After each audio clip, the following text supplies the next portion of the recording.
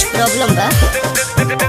तो डोली पर चढ़ के गोइले दिलवा पर मारी के भाला ऐसे मत बोलो। छोड़ के लभर गुंडा गर दीवाला कवले भाताते तो भर दीवाला छोड़ के लभर गुंडा गर दीवाला कवले भाताते तो भर दीवाला बाकी मजा ना मिली। ओहो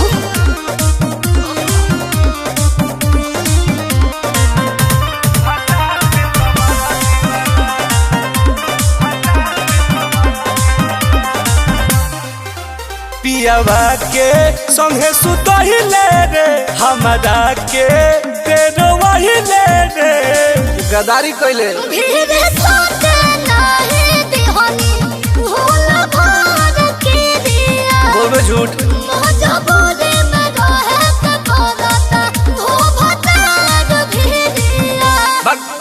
लभ के दरवाजा बंद कइले चाभी से मारी के ताला छोड़ी के लभर गुंडा गर दीवाला पवले भातारते तबर दीवाला छोड़ के लभर गुंडा गर दीवाला पवले भातारते तबर दीवाला।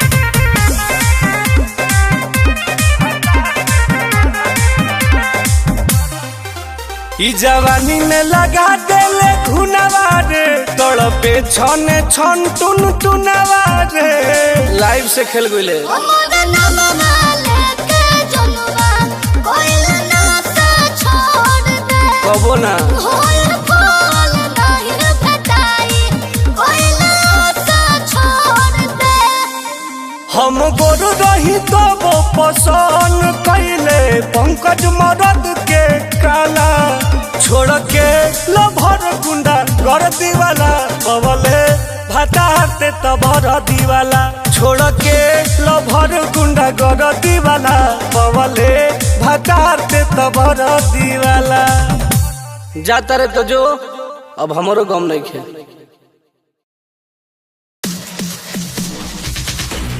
हे बाबू अब मची असली बवाल।